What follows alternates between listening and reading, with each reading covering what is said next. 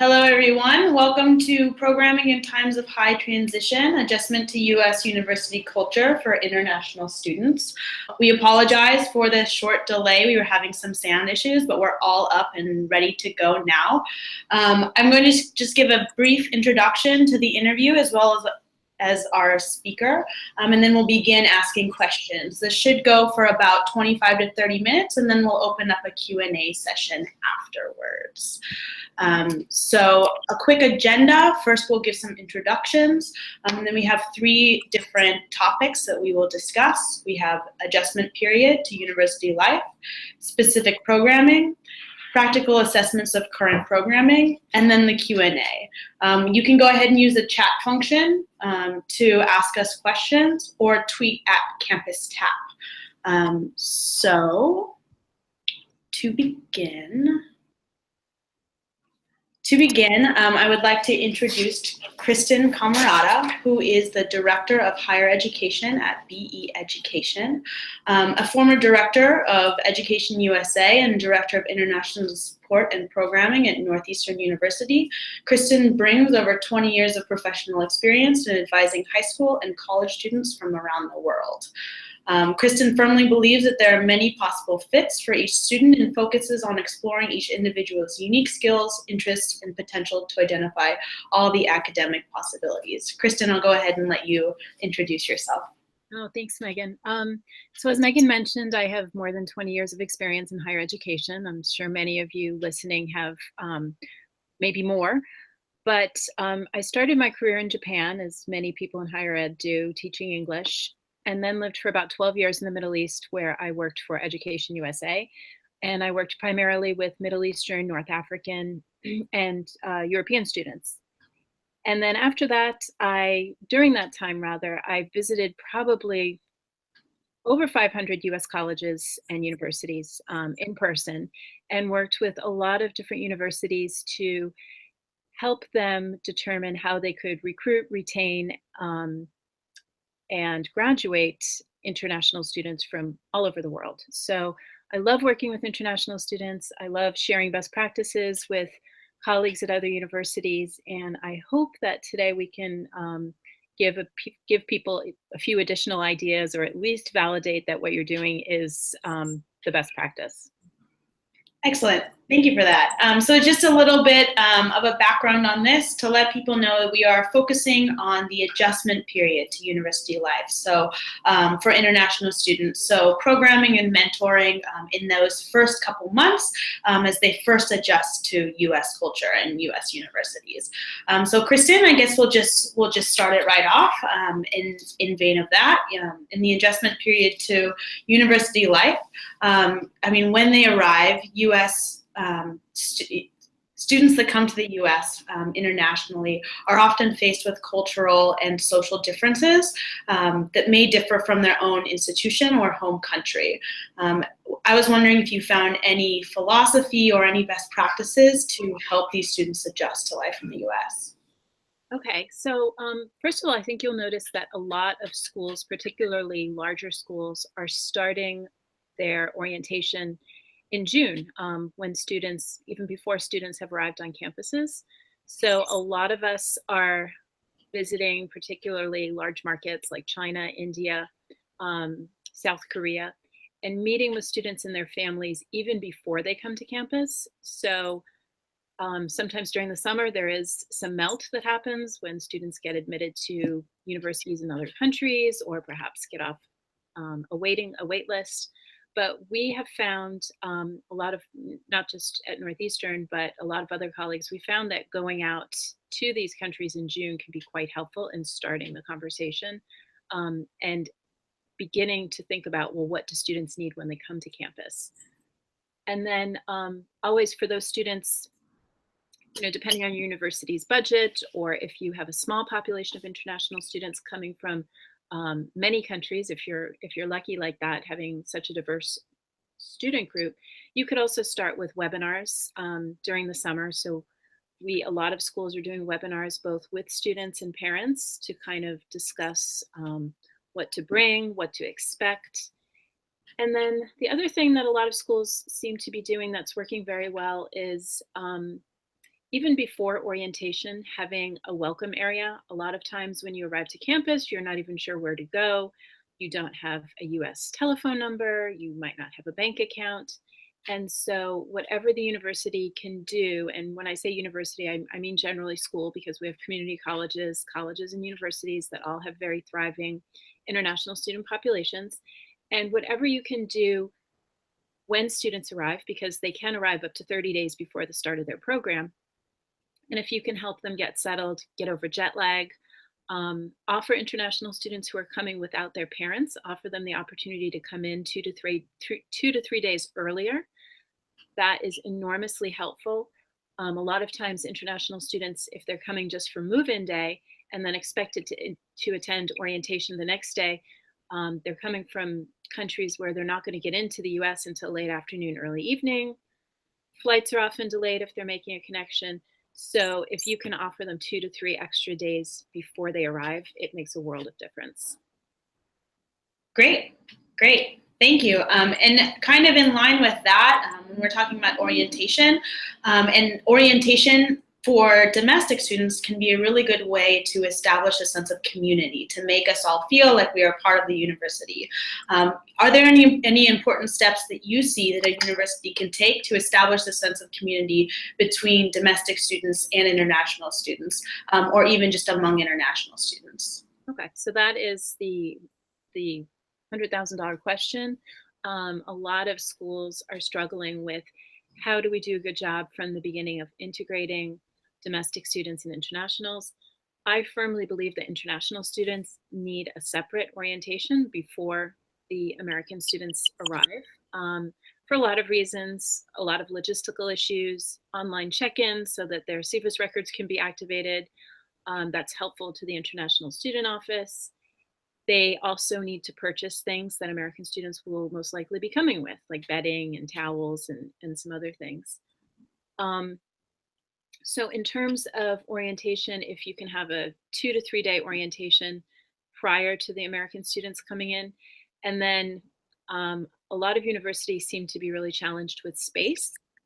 So if you do have the space to have some team building activities with groups of mixed international and domestic students, either a scavenger hunt on and around campus, something participatory that can kind of break the ice for people and encourage people to start working together from the beginning. We found those are really helpful. Great.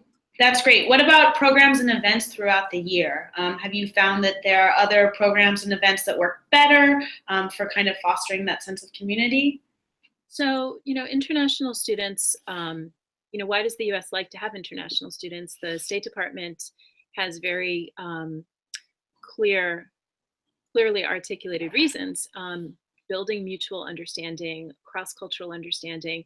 And with 70% of Americans not having a passport, there are real opportunities for American students to be in a class with someone from another country. Perhaps they will, start a company together. Maybe they will win a Nobel Prize together. So there are lots of opportunities. And I think I'm actually forgetting your original question. I'm talking about programs and events, specific programs and events. Yeah. So given that we want to welcome international students, we don't want to just say, this is America, this is how you're going to fit in, this is what we do here. They do want to know, but also what we have been finding is that there are so many opportunities for us to introduce the international students' culture to the campus, to the broader campus. So it should really be a two-way street. And I think a lot of schools do a really great job with having different cultural events throughout the year to introduce certain cultures, whether it be just a Chinese names pronunciation coffee hour or a show where they showcase dance. Or I know that Grinnell College does a really amazing international student dining event every year where people bring different kinds of food. And so I think every school, depending on its size and its population, can do some really great programming throughout the year to kind of bridge those gaps and make sure that each group or all of the groups understand more about the other cultures on campus. Absolutely. Absolutely. So Have you found any ways in which mentoring may help international students? So after orientation, after events, that kind of stuff, but long-term or even short-term mentoring, have you noticed that it can make a difference in that adjustment period? Right. So mentoring is, I've been reading a lot of articles about mentoring, and one of the literature out there suggests that mentoring can actually be very helpful for students who are having a difficult time. A lot of studies have been done about Chinese students who are mentoring, and not necessarily mentoring, but more like volunteering. So if they are doing something to help someone else, it kind of relieves their own anxiety about the situation. So I think mentoring, is a step a bit further along, but in the beginning, offering one-off volunteer opportunities for students, whether it be, working for a clothing drive or, a neighborhood cleanup or other things that they can not commit to a semester, but do a one-off. So I think volunteering and understanding that this is part or should be part of American culture can lead towards an understanding of what mentoring really is or should be. The other thing to remember is, in my experience, you really have to identify who your students are. So if you are at a school that offers very little financial aid to international students, the kind of student you're going to be receiving is from a higher socioeconomic group, and this is not their first time to the United States. And so if you're dealing with students who it's not their first time to the United States, they're going to have very different issues than students who are coming from countries where it is their first time. So I think understanding the student body, both international and domestic, and then understanding your end goals. Are you concerned that people are going to have transition issues because they've never been to the States before? That's something where one kind of mentoring can work well. Another kind, a lot of colleges within universities, so the College of Science will have a mentoring program, or the department might have a mentoring program, and it might be more of an academic mentoring program to complement the work being done by the academic advisors. So I think the real first step, if you're looking at a mentoring program, is gauging interest. Is there interest in volunteering? And then looking at, well, what are your goals? Do you need academics? Do you need social? Do you need introduction of cultural? And then will be a bigger discussion at the larger level of, do you pay people to mentor, or is it a volunteer experience? Mm-hmm. Absolutely. And then kind of along that, I mean, you mentioned, you've kind of been mentioning students from different countries, students from different socioeconomic backgrounds, that kind of thing. And I was just wondering if there are, like, how do those students' backgrounds affect how you develop programs to support their career interests and university success, that kind of thing? Right. So I guess if you start on the end of the spectrum where students are paying full fees in the US and have vacationed in the US, or have a brother or a sister or cousin studying in the US, so they've been to visit before, that kind of student is going to have fewer social, fewer issues transitioning on a social level, but they might be more interested in a mentor from a career perspective or an academic perspective. How do I present myself at an interview? And just even British and American culture is so different. British culture is much more modest in a cover letter, whereas American culture, in a cover letter, you need to try and sell yourself to get that interview. So depending on where the students are coming from and the length, their previous experience with the US, they might need more of an academic or cultural. If you have students who have never come to the US before, they've never experienced US holidays, or American food might be very new to them, or our version of American food. And so they might need a little help more in navigating and understanding that, there are different stages to culture shock, and how do Americans might speak quicker. One thing we hear more often is that Americans are very friendly, but it's very difficult to become friends with Americans. And so engaging this group of students in this kind of conversation, in helping them articulate the differences between their culture and American culture, could be where a mentoring group or a mentoring activity would start. Absolutely. Absolutely. That's great. So now, do you also have initiatives, or do you know best practices for engaging international students' parents? And if you do, how? That is a be careful what you wish for event. So I think, as universities, we are very grateful that parents have selected our institution to entrust their children and their hard-earned money.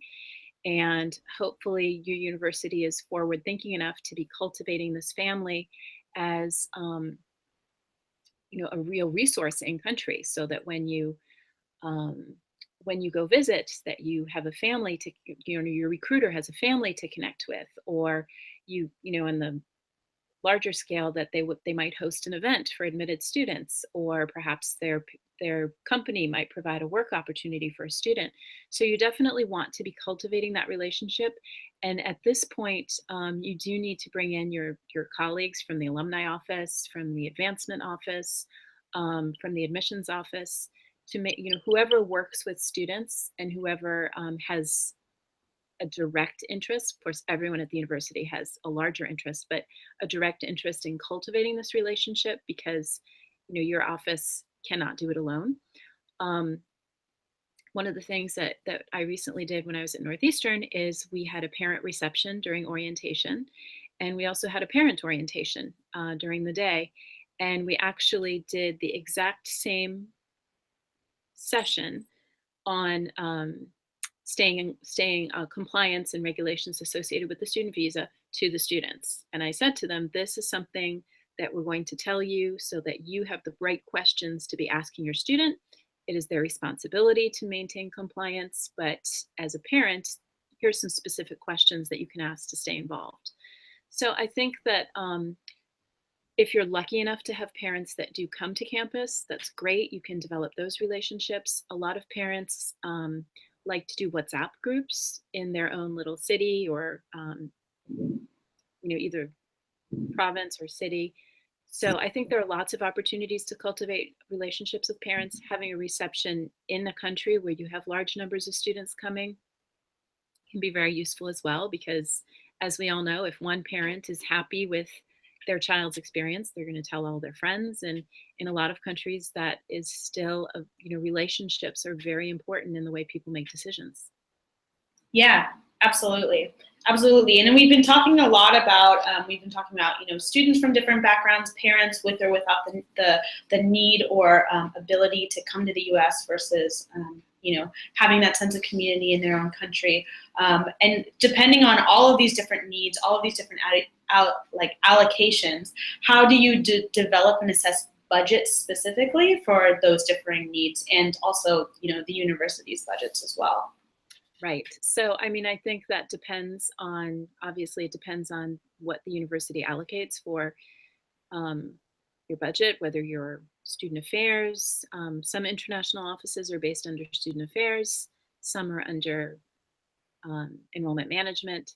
So I think what really seems to work well, and probably best in a small or a large university, is getting together a group of people who are interested in working together on this. And somebody, as I mentioned before, somebody from admissions, someone from the international office, someone from alumni, someone from your development office, because this is definitely a university-wide effort. And of course, if more offices are involved, that automatically increases your available resources, both human and financial.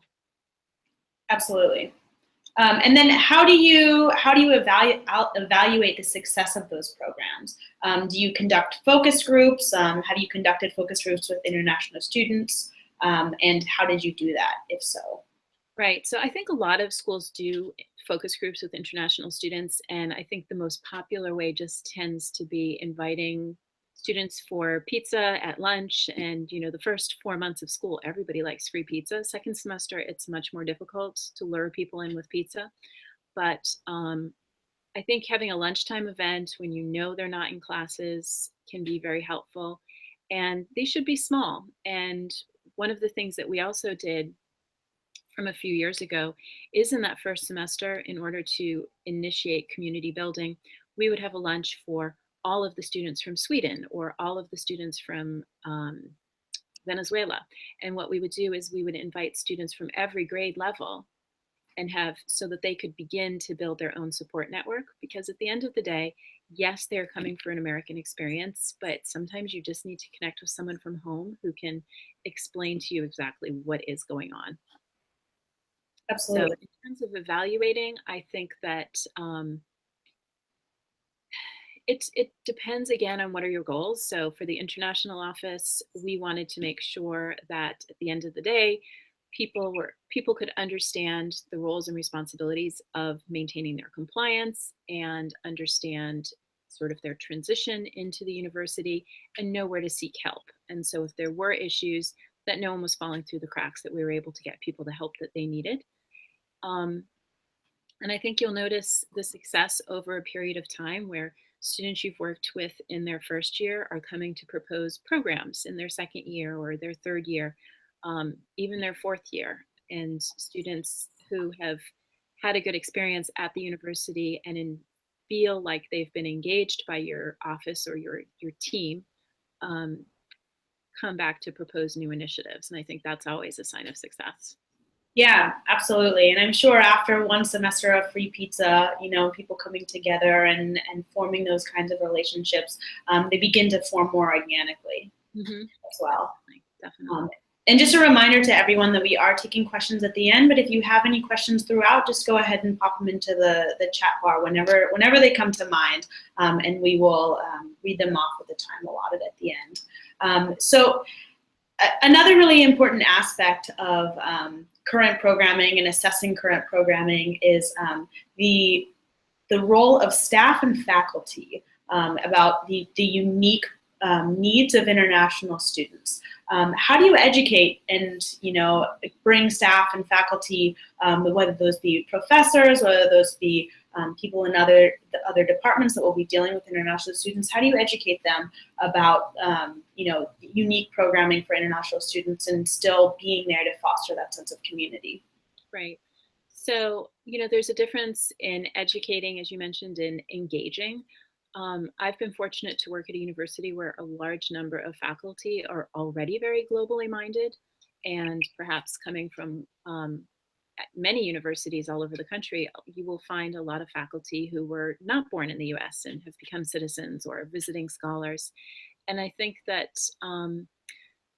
what's worked for me and a lot of my colleagues is developing these relationships one-on-one, starting with, you know, faculty that you feel might be interested in, and having coffee with them or having lunch with them and talking about different ways that their different observations of what might be needed from their classroom perspective, as well as your observations about how they can, you know, help become, or how they can be more engaged on their end.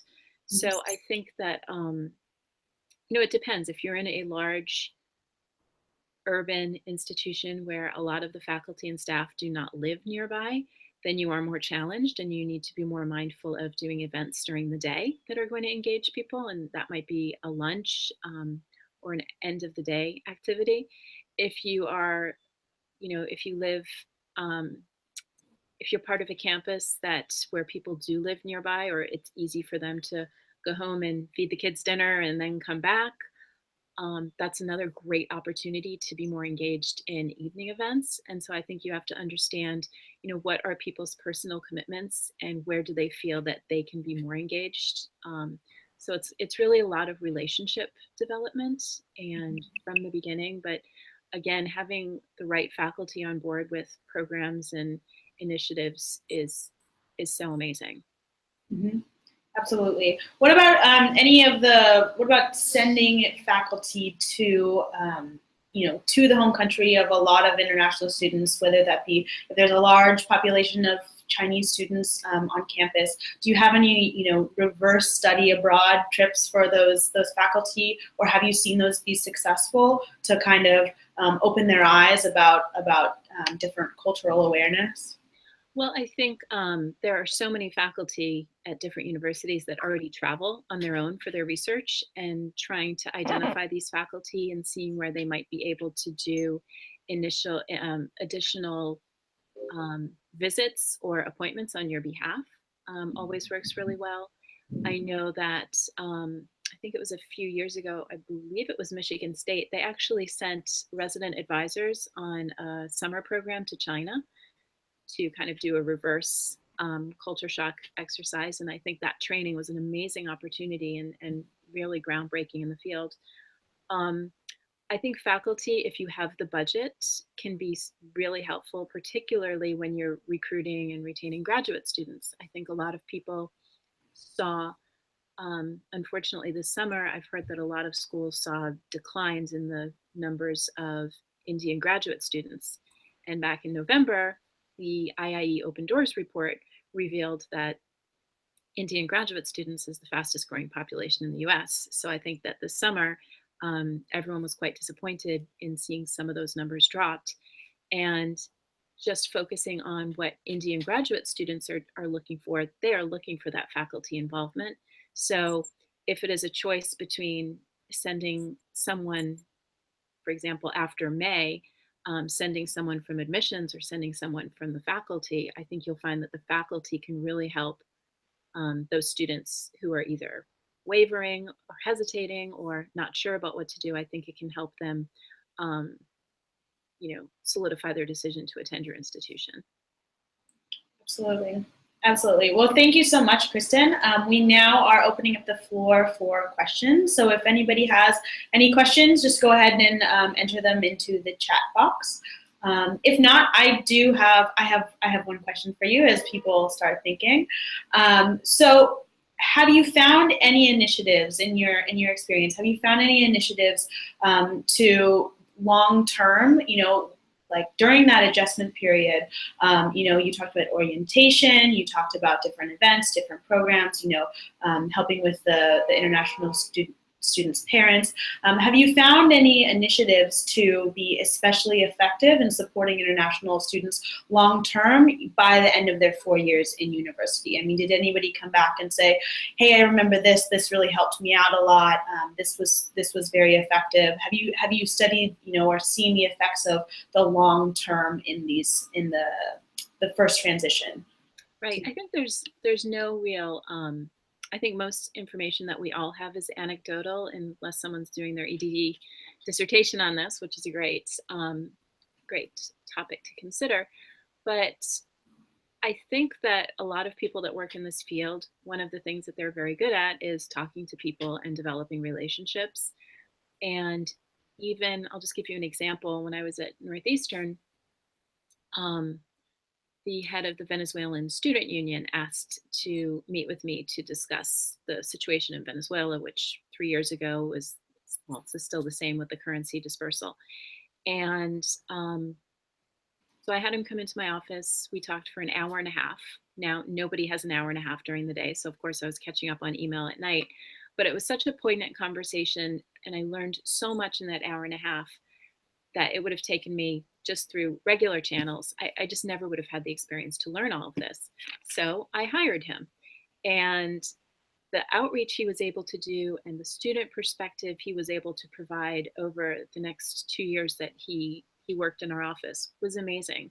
And so I think it's identifying students who are genuinely interested in what you're doing and genuinely want to help, and it's quality, not quantity.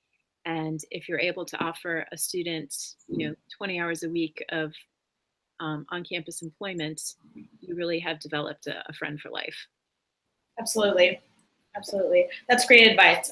We do have some questions coming in. The first one I have is, what are some initiatives or strategies you've used or experienced to get native or US students involved in networking and mentoring with international students? Mm-hmm. So one of the easiest is probably reaching out to faculty teaching languages, and not so much of a language exchange, but offering opportunities for American students learning a language to connect with students who are actually from that country. So one of the things we did is this student who was working for me, we have an exhibition kitchen on campus. We had an exhibition. They have an exhibition kitchen. I don't have it anymore. But we did a Taste of Venezuela night where we had a chef, and it was not expensive as one might think, but we had a chef who cooked Venezuelan food. We had an introduction to Venezuelan culture. We were able to promote it to the faculty who were teaching Spanish language and any kind of Latin American focused coursework. And so the group that came was not just students from Venezuela who wanted to have some arepas, it was also students from the US who were interested in improving their Spanish. And so food is it's a natural unifier for everyone. If you give food, they will come. And I think that offering opportunities for people to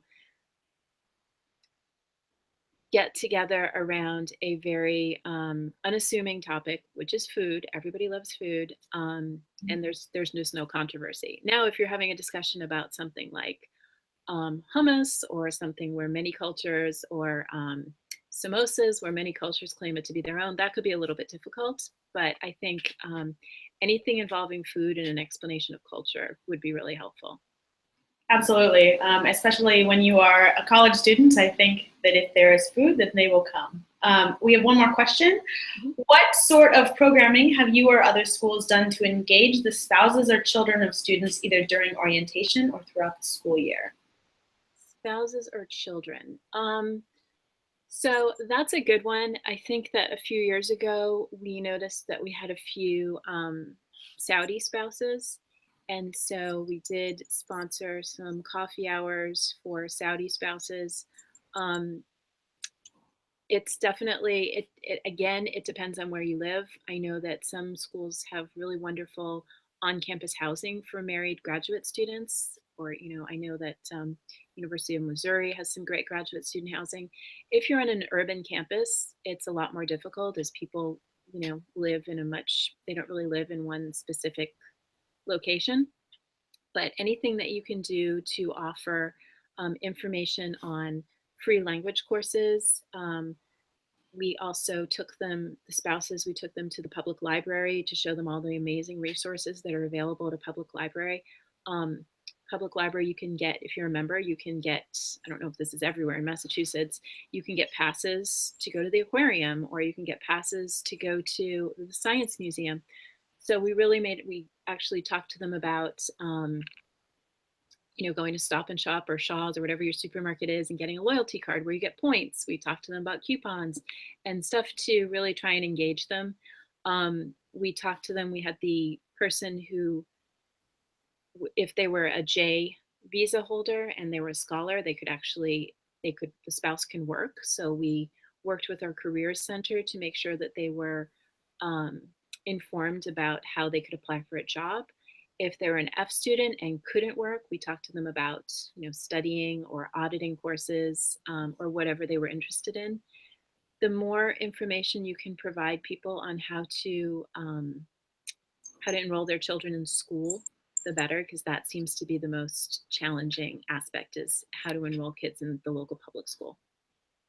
Absolutely. Absolutely. We have one more question. This one is, our orientation events involve a conversation on U.S. race relations. Is there a best practice to approach these types of conversations in an approachable way with our international student population? That is a really hard question, and I think it's one that we are all grappling with, and it has to be addressed. And I would suggest talking with whoever is in charge of student affairs. If you do not have a chief diversity officer at your school, reach out. Do you have a social resource and justice center? So at Northeastern, we're really lucky that we have a lot of resources for this. And if you don't have these resources available, I would reach out to colleagues either through some of the listservs you belong to, reach out to colleagues who do work at universities where there are experts on the subject matter and how to talk to students, and people are very good at, as everyone knows, higher ed, people are great about sharing resources. Talk to other people before you actually do something new. because you might not have thought about the reaction, or you might not have thought about how different cultures might perceive it. So definitely, this is an opportunity to collaborate with other institutions. Absolutely. Absolutely. That's great advice. We really appreciate being able to pick your brain for the past 35 minutes or so about this subject. I think that you provided a lot of really valuable information. So thank you so, so much. Again, we have Kristin Cammarata, and my name is Megan Libby. This webinar will be made available at the end. After we hang up, we'll send it out to everybody. Kristin, would you, if people are interested in reaching out to you, would you be interested in them emailing you or adding you on LinkedIn, or what is best? I'm not very good at checking LinkedIn these days, since I just have a new job. So if you want to provide my email, the first name last name @gmail, I'm happy to continue the conversation with anyone. Absolutely. I'll go ahead and send your contact information out as well when we send the webinar recap. Okay. Thank you so much to everybody who attended, and thank you again, Kristin, so much. You provided some very valuable information, I think, to everybody who's here with us. All right. Thanks, Megan. Thank you so much. Have a good day. You too. Bye-bye.